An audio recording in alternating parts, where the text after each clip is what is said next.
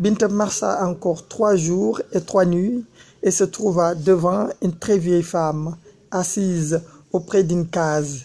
nee na Binta marcha doxoon na encore ba tey aydan 3 jours ñetti bés et 3 nuits ak ñetti nuits et se trouva devant une très vieille femme. nee na mu daal di trouvé woon nag mu agsi woon devant ca kanamu une très vieille femme, jigéen gu màgget assise koo xam dafa toogoon auprès d'une case ci benn néegu ñax au milieu d'une vaste place. nee na ci milieu place bu yaatu. elle la salua poliment. nee na mu nuyu ko ci anam gu yaru. où vas-tu? foo jëm? si seul yow dong nii mon enfant sama doom. demanda la vieille bee ko laaj loolu màgget googu. ma marature m'a envoyé laver cette cuillère à la mère de Ndayane. sama tante ji moo ma yónni m'a envoyé laver cette cuillère raxaskut gi à la mère de Ndayane ci géejug Ndayane. c'est ici la mère de Ndayane, lui répond la vieille. fii de mooy meeru Ndayane. nee na màgget googu daal koy tontu lui répondit la vieille. je suis la mère de toutes les bêtes de la brousse et c'est ici leur demeure, ajoute-t-elle. nee na ko man je suis la mère de toutes les bêtes, man maa yaayu rab yëpp rabi àll bépp de la brousse, toutes les bêtes de la brousse maa yaayu rabi àll yëpp brousse mooy àll bi. et c'est ici leur demeure. nee na te fii mooy seen kër, ajoute-t-elle. loolu dolli woon. Elle lui demanda de poser la cuillère et lui fit piler un grain de mil pour le repas du soir. nee na elle lui demanda de poser. nee na mu sàkk woon ci moom mu teg kuddu gi poser la cuillère. et lui fit daa nekk pas simple. et lui fit piler. nee na un grain de mil. nee na mu daal koy dëbbuloo benn pepp dugub. un grain de mil. piler mooy dëbb. pour le repas du soir, pour reer bi. repas du soir mooy reer bi. au premier coup de pilon. nee na ci kuur gu njëkk gi mu dóor au coup de pilon mooy kuur. le mortier gënn gi se remplit de farine dont une seule poignée servait pour une calebasse de couscous. nee na le mortier cin li se remplit le mortier gënn gi se remplit de farine fees ak sunguf. dont une seule poignée loo xam ne benn ngëb rek servi buñ ci jëfandikoo pour une calebasse de couscous. mën naa feesal ab këll cere calebasse de couscous. Après le dîner, la vieille fit coucher Binta sous le lit en lui remettant une aiguille bien pointue et lui fit des recommandations. nee na après dîner bi après reer bi la vieille daa fit coucher Binta daal di tëddloo Binta sous le lit ci ron lal bi en lui remettant daal koy jox une aiguille bien pointue jox ko puso bu ñaw et lui fit mooy des recommandations daal koy jox ay conseils. Quand mes enfants les bêtes seront couchés, de temps en temps tu les piqueras doucement les uns après les autres. nee na quand mes enfants saa yoo xam ne sama doom yi les bêtes rab yi seront couchés na tëdd nañ suñ tëddee de temps en temps léeg-léeg tu les piqueras doucement da nga leen di jam les uns après les autres ñenn ñi après ñeneen ñi. ainsi ils croiront qu'il y a des puces ils se lèveront plus tôt que d'habitude. nee na ainsi ci noonu naka noonu ils croiront dañuy gëm qu'il y a des puces que dafa am fi ay fel. bu ko defee daanaka puce bi ak pou bi firi teeñ ak punaise bi firi matt ñoom ñett dañoo nuroo waaye man ci sama jàpp yak puce mooy fel, punaise mooy matt, pou nag mooy teeñ. donc ainsi ils croiront qu'il y a des puces dafa am ay fel. et il se ñu nekkoon ci daara dañu xam fel. il se mooy nekk ci suuf si nii rek. ils se lèveront mu ne nekkit matt plus tôt que d'habitude. nee na boobaa danañ jug bu gën a teel aadatan niñ daan jógee d'habitude mooy ca aada. un moment après les animaux rentrèrent à la maison. nee na benn moment gannaaw ba rab yi ñibbisi woon à la maison rentrèrent à la maison. et Bouki venu le premier se mit à renifler. nee na Bouki moo njëkk venu le premier moo njëkk a ñëw se mit à tàmbalee woon renifler di xencu.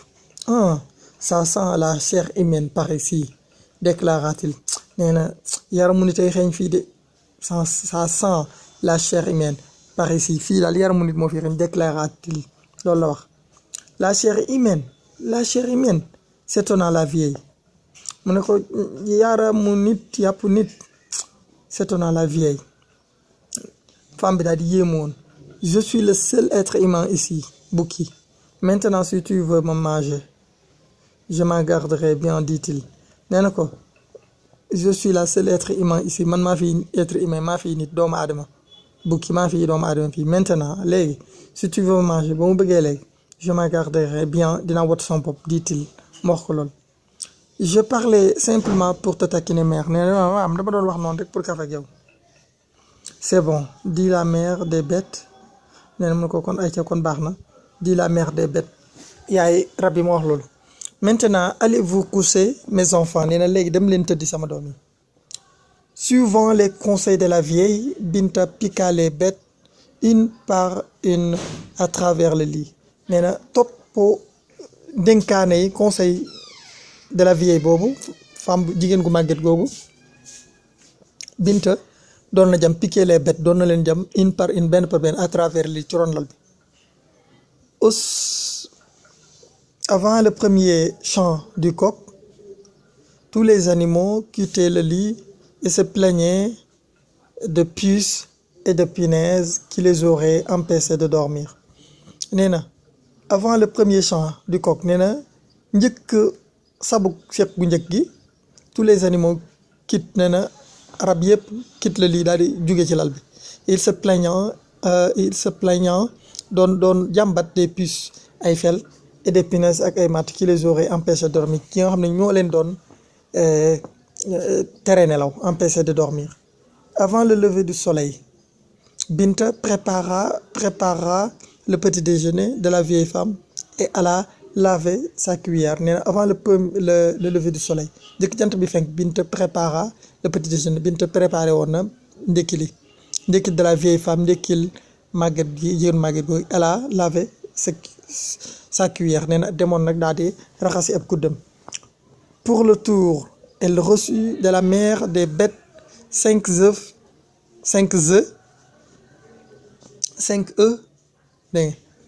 œufs qu'elle devait casser l'un après l'autre à différents endroits et après avoir chanté oui wet oh wooy wet à chaque fois nee na pour le retour ci dellusi bi elle reçut de la mère mu jëlee ci mère bi waaw mère bi jox ko mu jotee ci mère bi des bêtes ay rab 5 œufs ak juróomi nen qu'elle devait casser yoo xam ne da leen waroon a toj l'un après l'autre benn par benn à différents endroits ci ay bërëb yu teqalikoo à différents endroits et après avoir chanté ginnaaw bu mu wooyee wuy wet oh woy wet loolu lay woy à chaque fois bu ci ne de ces œufs sortir nee na ci nen yooyu sortir génnoon na ca des hommes ay góor des femmes ay jigéen des cavaliers ay warkat ay gawar des esclaves ay jaam des richesses incalculables nee na ay am richesse mooy sarwa comme mu xam ne kenn mënu ko wàññi incalculable et des troupeaux qui accompagnèrent l'orpheline jusqu'au village nee na ak ay gétt qui accompagne yoo xam ne ñoo doon ànd ak jirim boobu jusqu'au village ba ca village bi à son arrivée ba mu agsee Binta alla remettre la cuillère lavée à sa marâtre qui fut très surprise nee na à son arrivée ba mu agsee Binta alla demoon na remettre la cuillère lavée kudd gañ raxas pour jox remettre kudd gañ raxas la cuillère lavée à sa marâtre ci ndayam jooju tantam jooju qui fut très surprise nee na ko amoon lu ko bett lool la demi-sœur mooy sœur de même père ou de même mère seulement neen demi-sœur mooy koo xam ne dangaa bokk ak moom benn baay wala jenn yaay rek nga xam ne bokkoo leen day baay la marâtre mooy nouvelle femme du père jabar ju bees du père bi du père d'un enfant baayu benn xale qui a perdu sa mère koo xam daa perdre yaayam góole mooy faire tomber les fruits d'un arbre avec un long bâton appelé góol nee na góole bu ñu ko waxee mooy waddal fruit meññeti d'un arbre meññeti ak garab avec un long bâton ak yet bu gudd appelé góol boo xam ne góol lañ koy bénir mooy faire des prières pour protéger def ay ñaan pour wattu la demeure mooy endroit où l'on habite mooy bërëb bi ñu dëkk renifler mooy sentir avec force mooy yëglu avec force en respirant avec bruit mooy di noyyi ak coow bruit